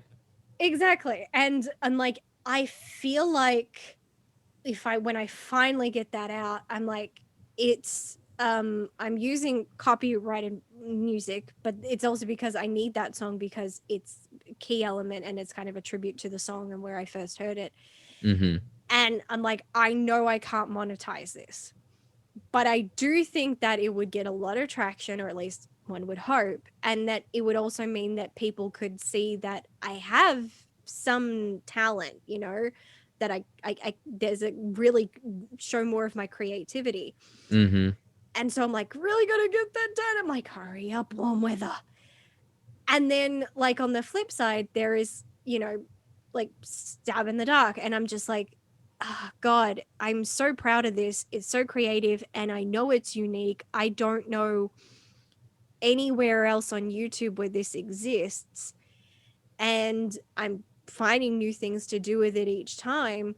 And I'm like, I wanted to do well, but it's not going to, because I'm a small channel. And then, so it's just like freaking Ring Around the Rosie or some shit. Mm-hmm. So yeah, I totally get It's a weird conundrum to have, but sitting here and I know talking or saying it is easier than it can be, but it's better to have it out there than to never do it. yeah. Which I need to be better about because I know that there is a lot of things. Time is also another thing of I Mhm. need to prioritize and be like, where is my time best spent? I've actually, moved away from a lot of things that I was doing that just my heart wasn't fully into, I guess. Mhm. Prime example, I had a podcast about a year and a half ago. I had a live show that I was doing weekly, and it just I mean, I've replaced that stuff with other stuff, but it's kind of like, yeah, what do you want to do? And if you really want to do it, put it out there because if anything, you can say that you did it. It Mhm. could potentially be a resume builder moving forward. And say 6 months down the road, all of a sudden something clicks and everyone is watching those stab in the dark videos, and you're like, great, there we go, it's paying off. Yeah, especially when, and maybe you have this kind of feeling where you especially if you come up with something that you feel is like unique to you and it speaks to who you are, showcases who you are, and you know that nobody else is doing it. And so you think that that should do well. Like people should be attracted by something that is different.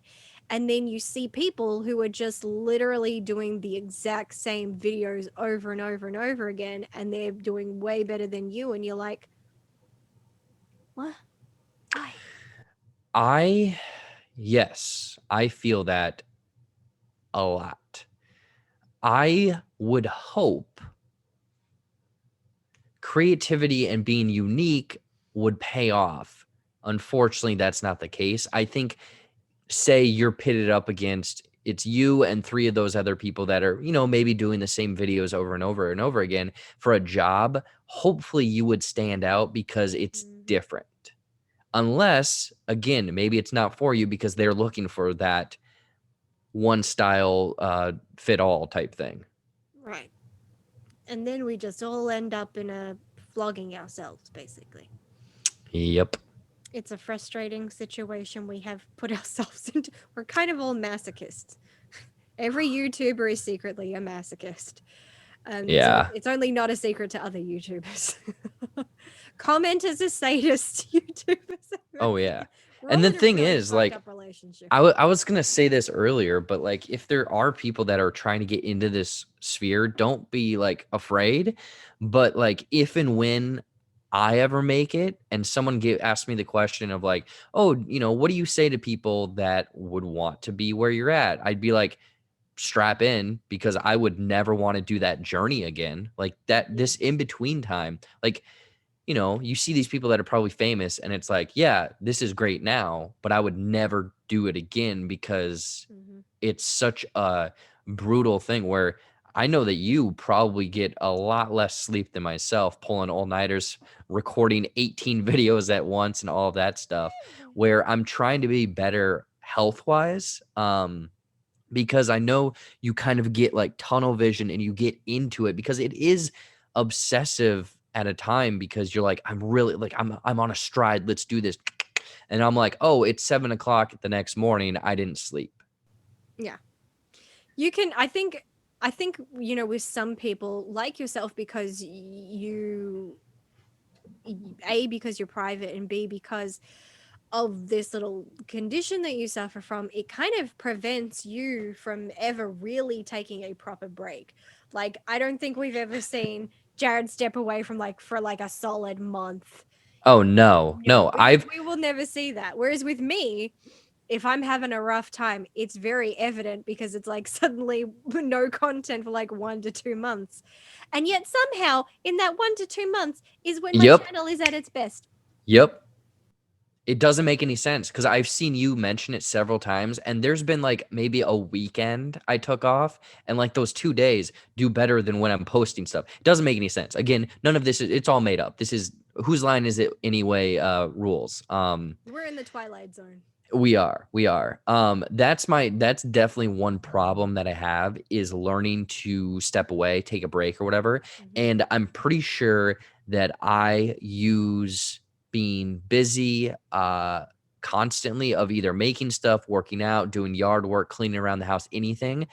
Because if I stop, um, there's thoughts that pop back in, Mhm. and I've found a way to suppress those. Not healthy at all, not good. Probably should go see someone about that.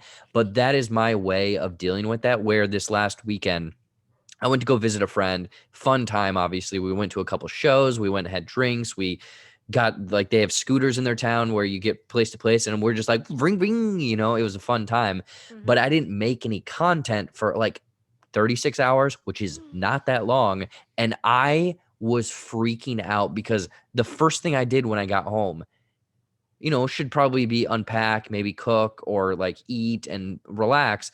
I instantly sat down and started making a video. So it's almost ingrained in me now, where I have to get this kind of weird high, which is probably not good because, again, like you, stepping away for maybe a month might be a healthy thing. Mhm. It's a hard little job. I have those moments too because there are moments like if I go to see a movie with my mom, mostly I go with her because she drives. Yeah. That's real. That's really the main. That's the key thing there. And then after the movie, I'm just immediately thinking, okay, I got to get home, got to write my review, got to sit down, got to record. I got to get it out because I'm like, I got a 24-hour advanced screening that puts me 2 days ahead of the US. Yep. I Yep. got to You get are in. in the future right now. I'm like, I've got to get in on that sweet spot. And then after the movie, my mom's like, okay, we're going to go to Bunnings. We're going to get some stuff from the hardware store. And then we're going It's to like, go shopping. I'm like, no. I'm like, the whole time I'm like panicking. I'm like, no, because you're really slow and I can't be slow right now. And so I'm like, why are you doing this? Yep. And yeah, Yep. it's stressful. And I totally get it. And that's not healthy. It's not healthy. That Oh is. yeah, and my parents specifically now, my mom will say, you know, you need to take a break every now and then. Maybe just relax, maybe do something for yourself. And then I look at it as, well, I'm missing opportunity to maybe get a little further. You know, everyone, it's a film community. There's only so many eyeballs. There's only so much time. We are competing, excuse me, we are competing for that time of Mhm. listeners, viewers, people out We there. say we're not, but we are. Yeah, I mean, let's be honest. That's what it is. And I don't like how people will ignore that because it's fact. When you start saying, "Oh, say there's a million people. They each have 4 hours. Where are they putting that time?" Yeah. They're going to put it where they not only want to put it, but the best place they can put it. Yeah. So, If you're someone who's just doing this as a hobby, you have a job and maybe even you even actually like your job if you're lucky enough, and this is just lucky you. yeah, and this is just something in your free time, then obviously you don't care about that stuff because you don't have to. But if you are someone where this is something you do care about and this is literally how you make your money or your pennies, then yeah, if those little things matter a lot, and Mhm. we're torturing ourselves, and it's not good, but we can't get out of that because we know it's needed. It's like we have to suffer. Like they say, no pain, no gain. It's like, but I'd like the pain to stop, please. Yes. Just Just like one day, please. One single day. which leads me to the most important question that I could ask you in Waffles or pancakes? Yep. I knew this was coming. no, it's far more serious than that. It is the question that I know everybody needs, capital NEEDS, needs an answer to. Will you ever finally start that OnlyFans you're always teasing us with? I'm not Let gonna it lie. happen, you win. I'm not gonna lie. If I get to a point financially that I need money, I have no problem not doing it. Like, if you want to see some fucking weird stuff, more power to you. You know, I think I could maybe get a few dollars. I think there's a market. Someone out there wants to see my dangly or my backside, either or. Hey, if there are people who are willing to pay top dollar just to see pictures of women's feet, Yep. Which a fun fact there, I had a conversation with it was my college roommate and we were just joking. I'm like, I'm pretty sure you can make a lot of money just selling pictures of your feet.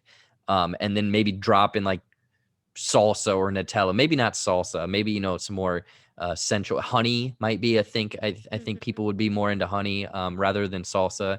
Um, start with the essential oils. yeah, Work your way up. yeah, yeah. And I think again, Edible. like YouTube, I was gonna say edible chocolate. All chocolate is edible, but there is actually a specific chocolate that is used, which is it's obviously called edible. sex chocolate. But yeah, you can paint it on the body. It's designed to Oh, be licked off.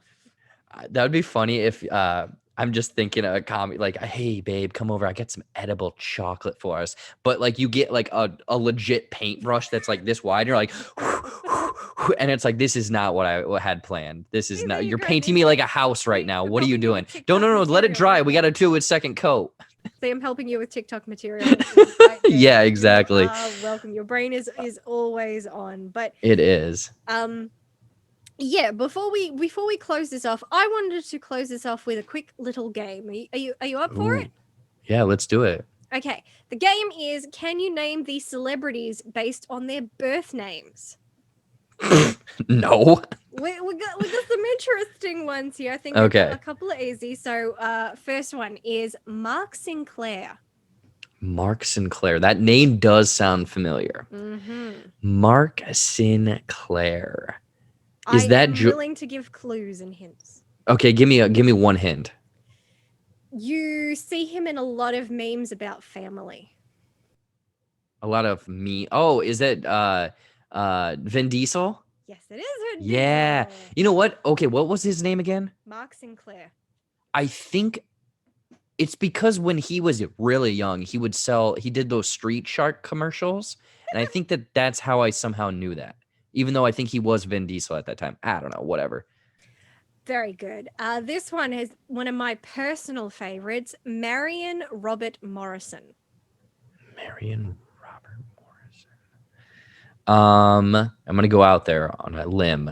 Say Emily Blunt. No, it's John Wayne. Wait, what was it again? Marion Robert Morrison. Oh, I thought Marion was a woman's name. it typically is. John Wayne, wow. Yeah, that's why whenever growing up, my mom, I've grown up with my mom and my grandpa watching westerns and black and whites, and my mom was always saying his name is actually Marion. I'm like Maid Marion? She's like, yeah. So now whenever we talk about John Wayne, I never call him John Wayne. I only ever call him Marion, because why would you not, Mm-hmm. Okay, this is an easy one. A lot of people know this or should know this. Norma Jean Mortensen. Oh my gosh. Don't preface it by everyone knows this and then I'm not gonna know it. If Larry is watching it this far, he Oh would my know gosh. that Larry, aimed at you. I need a lifeline. Call me right now. I'm stressed out like when we were on the game show answering questions. Okay, can you say it one more time? Norma Jean Mortensen, an old Norma. Hollywood blonde bombshell. Blonde bombshell. Mm-hmm. Old Hollywood blonde bombshell. Mm-hmm. Is it Glenn Close? No, that's not old Hollywood. She's old though, right? Yeah, but that's not old Hollywood. But she's old, right? She is now. Is it Margot Robbie? She was in that 70s movie. No, it's Marilyn Monroe. Oh my gosh. Literally, the bombshell. I took, when you said old, I legit thought that meant like she's old now. Wow. That's how my brain works, people. Fascinating. I love this game. Okay. Not good. Nikolina Konstantinova Dobreva. Okay, so this is a foreign person, someone with an accent, I'm assuming. Who has an accent? Is it Emma Watson? It is. It is not Emma Watson. Who is it? It is Nina Dobrev.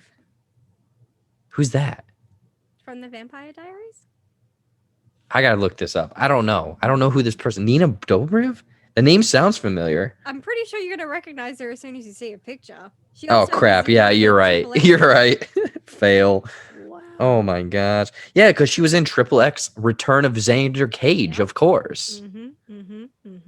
So there we go. And she's Bulgarian, I believe that's what she is. That she is.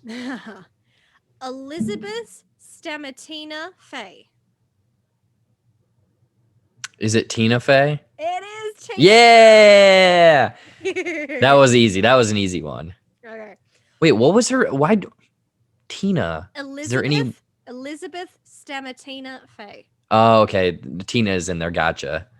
I've never heard that name. Stamatina. No.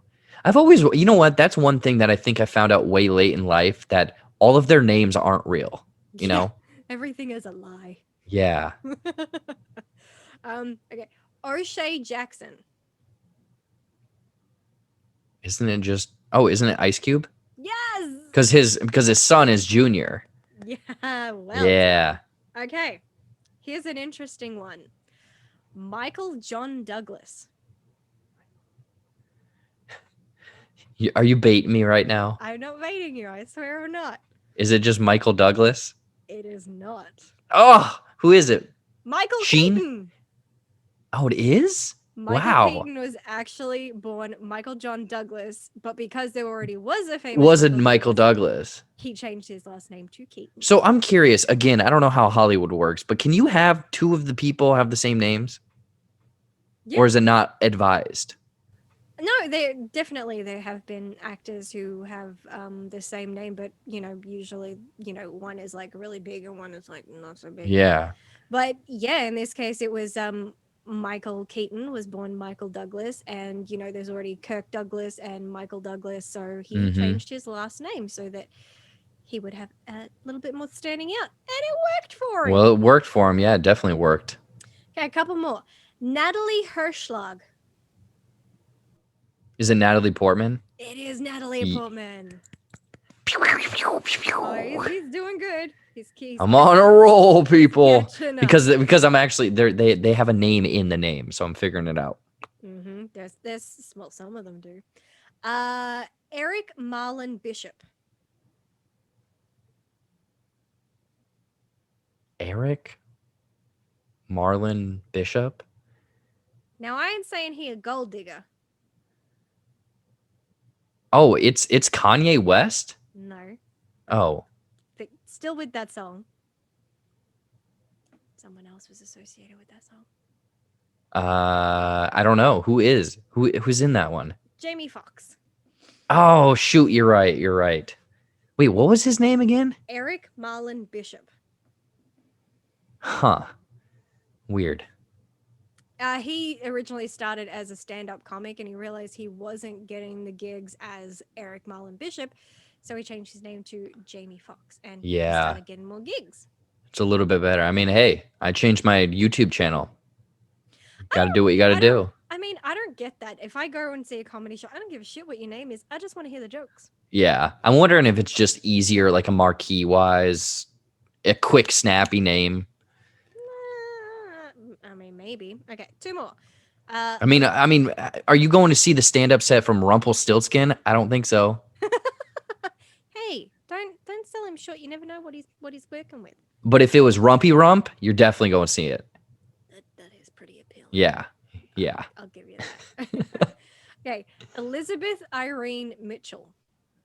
Elizabeth Irene Mitchell.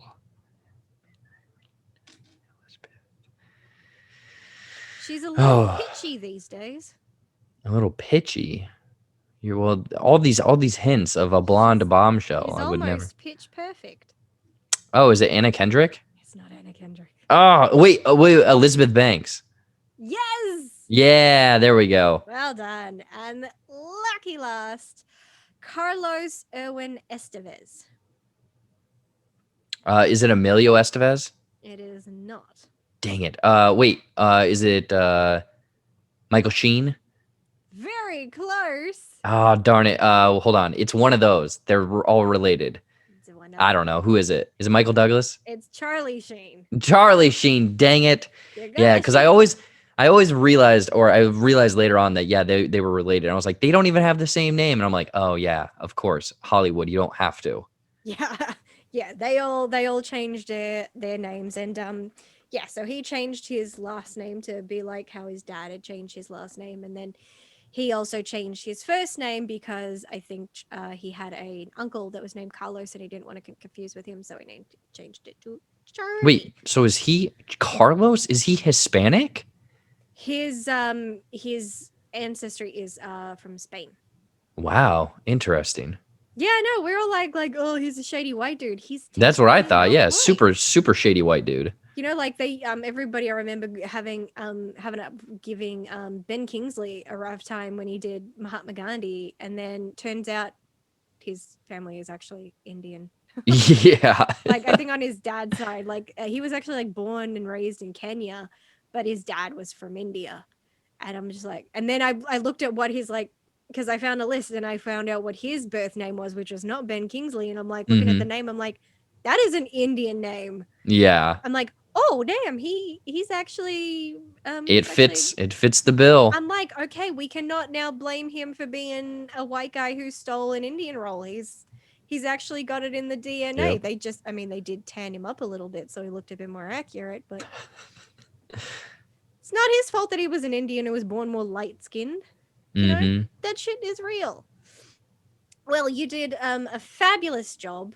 You also did a terrible job with some of these, but yeah, some of Half them, and half. some of them were hard. You know that you know who was meant to think Michael Douglas is actually Michael Keaton. Yeah, you tricked me. That's a trick question. I get half the points. It's like Are You a Movie Oracle all over again. Yeah. Ugh. I'm sorry, I am an evil bitch. But that is the end of this long overdue episode. Jared, thank you so much for coming along and talking about life, YouTube, and the pursuit of sanity. Yes. It has been an absolute pleasure talking with you again, and I genuinely mean that. It's always a good time when I talk with you. And if anybody chances are you probably already kind of know about him and you probably have already like subscribed and follow him and all that shit. He's stealing my move now. But but if not, links will be down in the description box so you can check that out and you can go and follow him and support him and yeah, probably completely abandon my channel for his because his stuff is better. Leave. Leave everyone. No, I'm kidding. Again, thank you for the invite. I mean, it's been a long time. The conversation was perfect. It was highs, we had some lows. No crying this time, luckily. Damn. And always a good time. Again, people behind the scenes. We were talking an hour before this. It's always these the shows that are the ones that I like the most. The conversation ones are either we're talking a long time before or a long time after. So good stuff. Thank you for again inviting me over. My absolute pleasure. It's been the highlight of my early morning. Um, it's always an indicator if you ever collab with someone and if they're quick to start it and quick to end it, probably not gonna be great people to work with. You want people that you can actually have a really good repartee with, and Jared is Yes, ideal yes. for that, unless you're the asshole. If you are the And asshole, usually I am. but that is it for this video. Thank you so much for watching. And if you, by any chance, please some miracle, would like to see us get together and talk some random shit at some point, comment down below, and I will do my best to track him down, see where the hell he is, and see if he replies to a comment. That's actually a really hard task, but anyway, It is. it is. But thank you so much, and I look forward to seeing you in the next video. So.